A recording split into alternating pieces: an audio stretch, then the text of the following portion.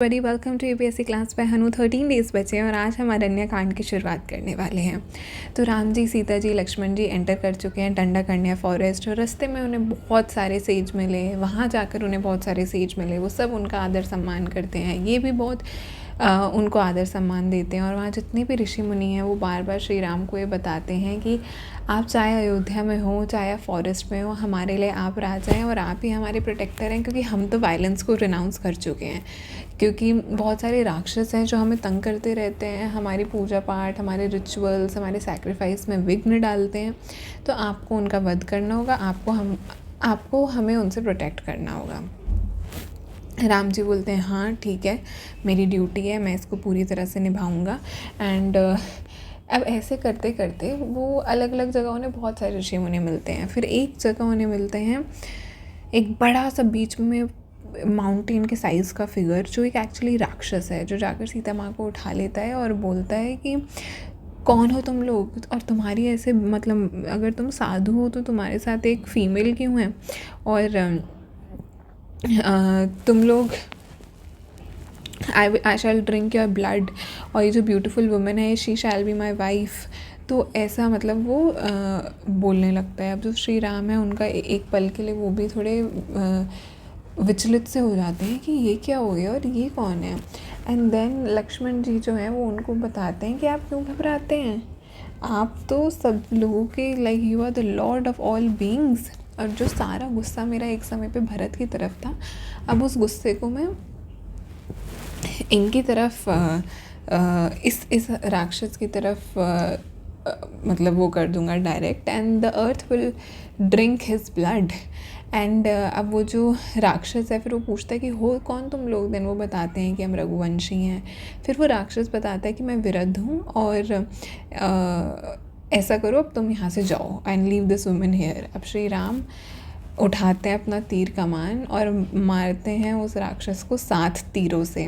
अब जब वो नीचे पड़ा हुआ है और ऑलमोस्ट मर ही रहा है, मतलब बिल्कुल आखिरी शब्द हैं उसके, आखिरी क्षण हैं, तो वो आखिरी शब्द ये बोलता है कि मैं रिकॉग्नाइज़ करता हूँ आप लोगों को कि आप श्री राम हैं, आप सीता माँ हैं, आप लक्ष्मण जी हैं। मैं तो पहले एक गंधर्व था और फिर मुझे ये श्राप मिला कि मेरा कल्याण तभी हो पाएगा जब मेरा वध आपके हाथों होगा। तो मैं जानता था कि आप आ रहे हैं और इसीलिए मैंने ये सब किया। अब आप प्लीज़ मुझे एक गड्ढे में डाल दीजिए ताकि मैं धरती माँ में ही विलीन हो जाऊँ और मुझे मोक्ष प्राप्त हो जाए।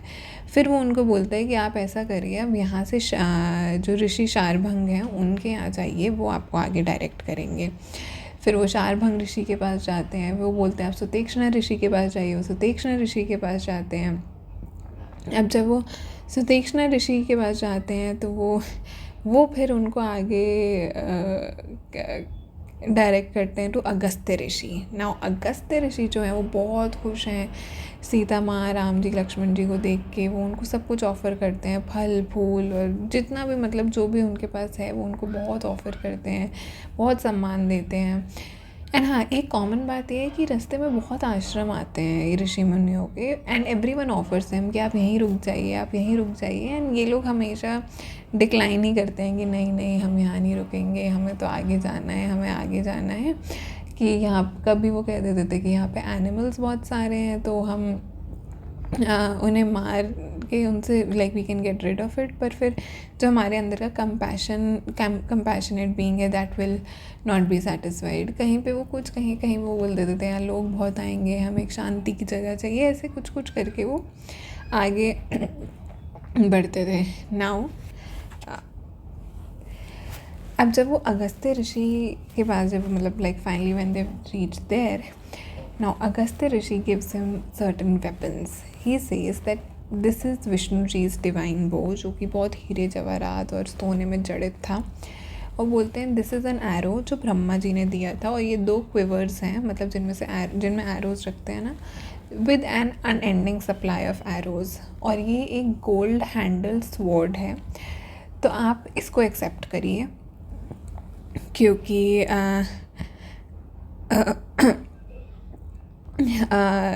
Accept these as Indra the bearer of the Thunderbolt.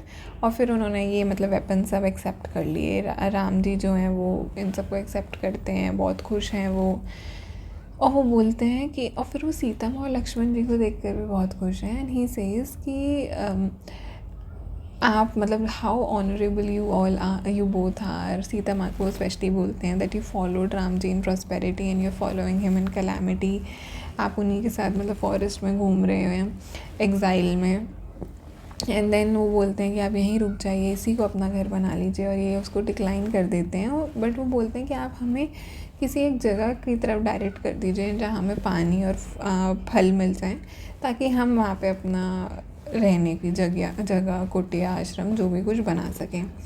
अब जो ये सेज हैं वो इस बात पे विचार करते हैं, Agastya Rishi, and then he tells them to go to Panchavati.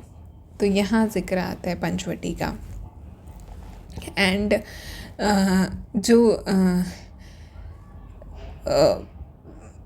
जब वो फिर आगे हम देखेंगे कि वो पंचवटी पहुँचते हैं तो किस तरह वहाँ वो अपना रहने की व्यवस्था करते हैं, रास्ते में उन्हें कौन कौन लोग मिलते हैं, आगे वहाँ से कैसे स्टोरी डेवलप होती है, and how Panchavati would be becomes their new home for the remainder of the exile. On that note, हम इस स्टोरी को कल कंटिन्यू करेंगे. Please do like, share, subscribe, comment. Take care of yourself. All the best. Bye.